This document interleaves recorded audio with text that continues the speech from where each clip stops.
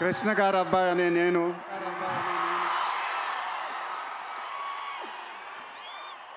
తమ్ముడు తారక్ దగ్గర నుంచి నేర్చుకున్నాను ఈ మాటలన్నీ. సో ఈ ప్రీ రిలీజ్ ఈవెంట్ చూస్తున్నట్టు లేదు, సినిమా 100 రోజుల ఫంక్షన్కి వచ్చాను అనిపిస్తుంది నాకు. నిజంగా చాలా ఆనందంగా ఉంది, చాలా సంతోషంగా ఉంది. First I would like to thank తారక్కి గుర్తుందో లేదో, ఎప్పుడో అప్పుడు నేను తన ఆడియో ఫంక్షన్కి వెళ్ళాను.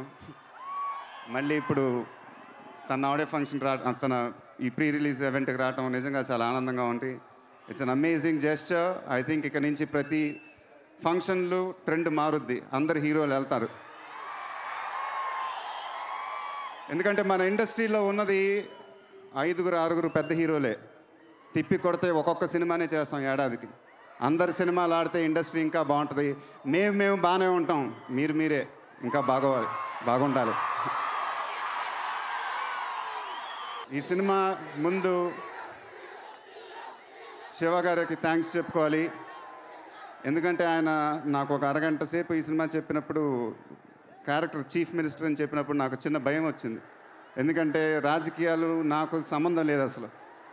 నాకు ఎప్పుడు నేను దూరంగా ఉంటాను, వాటి గురించి పట్టించుకొని ఎప్పుడు సినిమానే. సడన్గా సీఎం అంటున్నారు ఏంటి అనగానే చిన్న వణుకు వచ్చింది నాకు.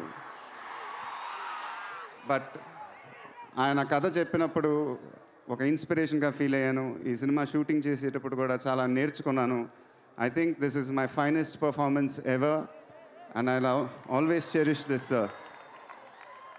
శ్రీమంతుడు అప్పుడు నాకు ఒక చాలా ఇంపార్టెంట్ ఫిల్మ్, అది ఒక టర్నింగ్ పాయింట్ నా కెరీర్లో.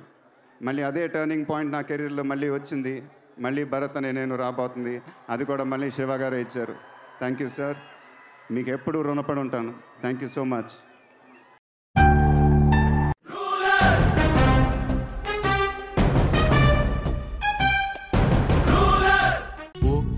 సార్ ఎమర్జెన్సీ లీవ్ కావాలి సార్. ఏమైంది బబ్లు? మా నాన్నమ్మ చనిపోయింది సార్. అయ్యో అవునా, వెంటనే వెళ్ళాలా?